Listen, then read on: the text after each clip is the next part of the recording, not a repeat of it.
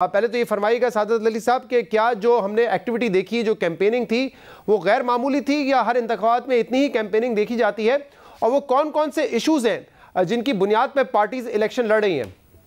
जी, इंतखाबी मुहिम चूँकि कल रात को 12 बजे ख़त्म हो चुकी है और एक बहुत ही खुशाइन बात और अच्छी बात ये रही कि इस तमाम मुहिम के दौरान जो गुज़श्ता 3-4 महीने से जारी थी, आखिरी महीने और फिर आखिरी दिनों में ये बहुत ज़्यादा उरूज पर गई। बहुत दफ़ा बड़ी बड़ी रैलीज़ भी आईं, लेकिन इस दफ़ा मैं पहली बार देख रहा हूँ कि लोगों ने बहुत ही सियासी बसीरत का मुजाहरा किया।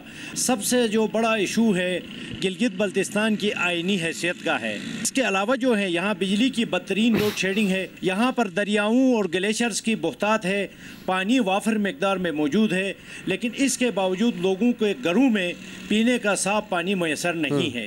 तो ये वो इश्यूज़ हैं। लेकिन बिलावल भुट्टो जरदारी ने कल कहा कि 3 बड़े इश्यूज़ पर हम इलेक्शन लड़ रहे हैं, एक हक़ के हाकिमियत, हक़ के मिल्कियत और हक़ के रोज़गार। इसने कल प्रेस कॉन्फ्रेंस में 2 टोक ऐलान किया कि हम ये तीनों इश्यूज़ को लेकर इलेक्शन लड़ रहे हैं, हमारे यही 3 नारे हैं। जबकि दीगर जमातों के कायदीन से हमने रब्ता किया और ये पहली बार हमने देखा कि इस इलेक्शन में किसी जमात ने भी अपने मंशूर का ऐलान नहीं किया कि बाकायदा एक मंशूर हो जिसके ऊपर वो इलेक्शन लड़ रहे हों। अच्छा सादत, ये फरमाइएगा कि आमतौर पे तो ये देखा जाता है कि जिस पार्टी की वफाक में हुकूमत होती है वो इलेक्शन जीत जाती है, हुकूमत बनाने में कामयाब हो जाती है। क्या इस मरतबा भी यही इम्कान नज़र आ रहा है या आपको लगता है कि सूरत हाल मुख्तलिफ होगी? क्योंकि मुल्क में इस वक्त जो एक सियासी टेम्परेचर है वो बहुत बड़ा हुआ है, PDM जलसे कर रही है, हुकूमत को गिराने की कोशिश कर रही है। तो आपके ख्याल में इस मरतबा इतना आसान नहीं होगा PTI के लिए, वफाकी हुकूमत के लिए, कि वो बासानी इलेक्शन जीत सके? वो इस बार ज़्यादा असरअंदाज नहीं हो रहा है, वो ऐसा नहीं है। लेकिन ये देखें कि अपोजिशन मौजूद तो है PDM, लेकिन यहाँ PDM का वजूद फ़िलहाल नहीं है। एक तो ये है कि यहाँ तमाम उम्मीदवार PDM के जो जमातें हैं वो तमाम की तमाम अपनी इनफरादी हैसियत में इलेक्शन में हिस्सा ले रही हैं। तमाम जमातों के अपने अपने उम्मीदवार हैं, तो इनका वोट तो है तकसीम। और जो हुकूमत मुखालिफ जमातें हैं, जबकि हुकूमत के वोट तो एक जगह हैं, एक ही उम्मीदवार को पढ़ने हैं। जो हुकूमत की हामी वोटर्स हैं वो तो उनमें एक तरीके से इत्तेफाक है, तो वो उनका फ़ायदा हुकूमत को पहुंचता है। लेकिन कांटे का मुकाबला है। मैं इस हवाले से एक अपनी राय, मेरी राय ये है कि जो हुकूमत भी आएगी, चाहे वो PTI हुकूमत बनाए या पीपल्स पार्टी हुकूमत बनाए, यहाँ पर एक मजबूत अपोजिशन बनने जा रही है और एक कमज़ोर तरीन हुकूमत जो है बनेगी इत्तेहादियों की मदद। ठीक, एजाज सईद साहब, आप भी ग्राउंड पे मौजूद हैं, ज़रा बताइएगा कि वो कौन से फैक्टर्स हैं जो इस इंतखाबात पर असरअंदाज हो सकते हैं? वो कौन से इश्यूज़ हैं जिनकी बुनियाद पे सियासी जमातें इलेक्शन लड़ रही हैं इस वक्त?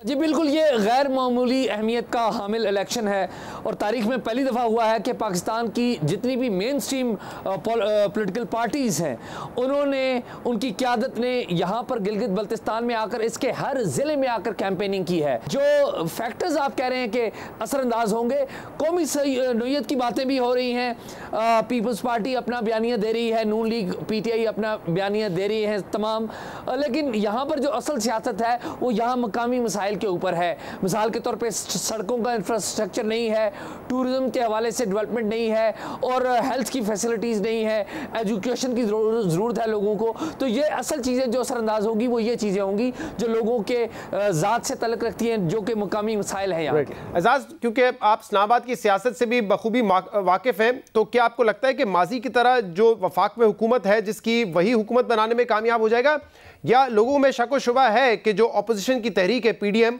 वो कामयाब हो सकती है और PTI की हुकूमत ज़्यादा देर बरकरार नहीं रखेगी? इस किस्म के शक व शुबात हैं या आपके ख्याल में जिसकी हुकूमत है वफाक में वही फेवरेट है सिलेक्शन में भी?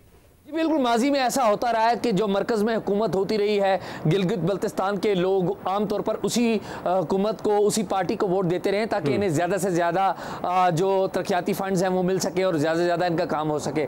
लेकिन इस दफ़ा हम ग्राउंड पे जोशो जज्बा देख रहे हैं मुख्तलिफ सियासी जमातों का, और हम महसूस करते हैं कि पाकिस्तान पीपल्स पार्टी की जो कैंपेनिंग है वो काफ़ी मौसर नज़र आई है। गो कि पाकिस्तान मुस्लिम लीग नवाज़ और हुक्मरान जमात पाकिस्तान तहरीक तहरीक इंसाफ ने भी बड़ी कैंपेन की है, बल्कि पाकिस्तान तहरीक इंसाफ के वज़रा तो यहाँ पर आकर तरक्याती जो मंसूबे हैं वो भी ऐलान करते रहे, जो कि इलेक्शन जो क़वायद और अखलाकियात है उसकी सरासर मुनाफी है, लेकिन ऐसा हुआ। तो ऐसा लगता है कि इस लोग जो यहाँ के हैं बड़े एजुकेटेड हैं, वो अपसेट भी दे सकते हैं, जो रवायात से हटकर भी कोई फैसला कर सकते हैं। सही।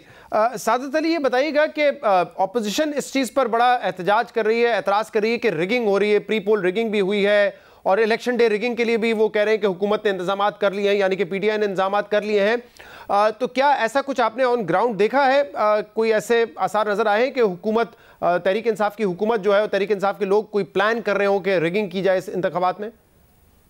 अपोजिशन ने पहले से जिन खदशात का इजहार किया है कि यह धांधली हो सकती है, क्योंकि बड़े पैमाने पर वज़रा ने यहाँ आकर इंतखाबी मुहिम में हिस्सा लिया, बड़े बड़े ऐलानात किए, उस हद तक तो कह सकते हैं कि प्री पोल रिगिंग जिसको कहते हैं। लेकिन इलेक्शन में तो जब पोलिंग होगी और उस पोलिंग के नतीजे में जो पोलिंग एजेंट्स हैं, रिटर्निंग ऑफिसर्स हैं, पोलिंग स्टेशनों की जो सिचुएशन होगी उसके मुताबिक ये पता चल सकता है कि धांधली के इल्ज़ामात में कितनी सदाकत है, क्या धांधली हुई है या नहीं हुई है। लेकिन ये सब कुछ जो है ये अभी कबल अज़ वक्त हो